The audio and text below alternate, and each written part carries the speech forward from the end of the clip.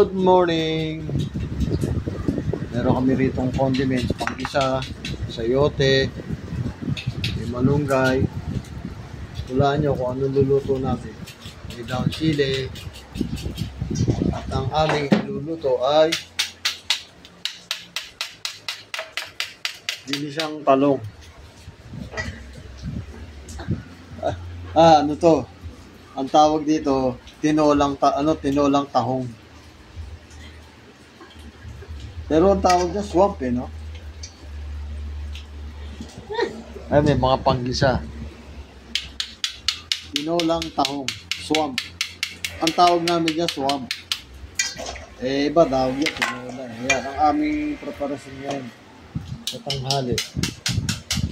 Update ko kayo mamaya. Sa ano yan, sa malamig na pan.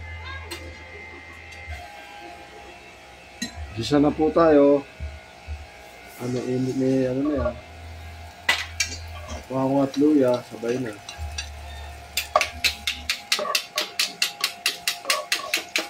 Titinola natin ang tahong para sa maulan na panahon ngayon. Mula kanina paggising, alas 6, may ulan na hanggang ngayon. Hindi malaman kung may bagyo. May bagyo yata.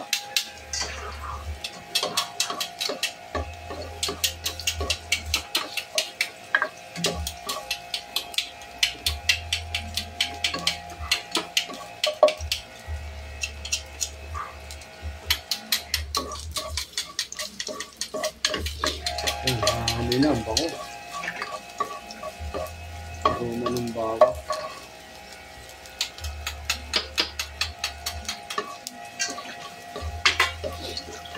Lagyan na natin ang sibuyas. Ako munang nagigisa kasi may nililinis pa sila yung sisi. Nililinis pa ng tahon. Nililinis ng tahon.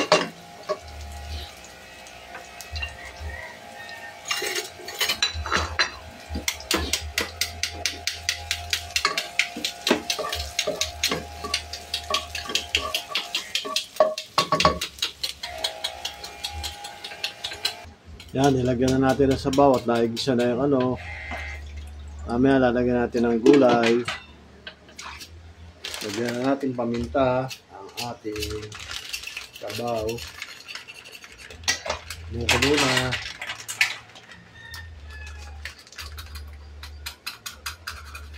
Lagyan na rin natin ang gulay. Sayote muna bago yung tahong. Pakuloy mo muna palambutin mo muna. Papalambutin muna natin.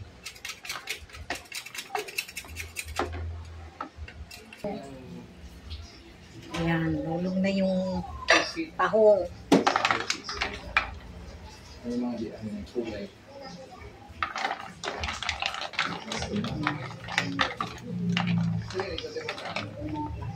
If you see any color po, 12 pieces na. Si Joy. 100 si Joy. Ilagay mo na. Oo, kalalagay ko lang. Pinindot ko. Yung pula. Oo, yung pula. Ayan na, maandar. Nilagay na yung tahong. Ito yung mga pinupili. Lagyan natin ang mga dahon. Plain, Sili. 3,000 At malunggay. 6 feet.